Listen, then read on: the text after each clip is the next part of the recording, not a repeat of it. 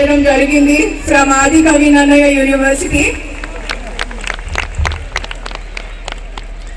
అయితే నేను మీ అందరికీ చెప్పేది ఏంటంటే, పచ్చని పంట పొలాలతో జల జల పారే పంట కాలువల సొగుసులతో ప్రకృతి ప్రేమికులకు అలా కట్టి పడేసే జిల్లా ఈ తూర్పు గోదావరి జిల్లా అని నేను చెప్పగలను. మరి సాహిత్యానికి మరో పేరు రాజమండ్రి. సో ఇటువంటి పుణ్యభూమి దర్శించుకోవడం నా పునర్జన్మ సుకృతంగా భావిస్తున్నాను. అండ్ ఇక్కడున్న వారిలో నేను గమనించింది ఒకటే, జీవితం అంటే గమ్యం కాదు గమనం అని భావిస్తారు. సో మన స్కూల్ మనల్ని ఎదగడానికి అవకాశం ఇస్తుంది, ప్రతిభను నిరూపించుకోవడానికి అవకాశం ఇస్తుంది. మరియు ఆస్తి అంతస్తులు కావాలనుకున్న వారికి ఇది ఒక వేదిక ద్వారం లాంటిది.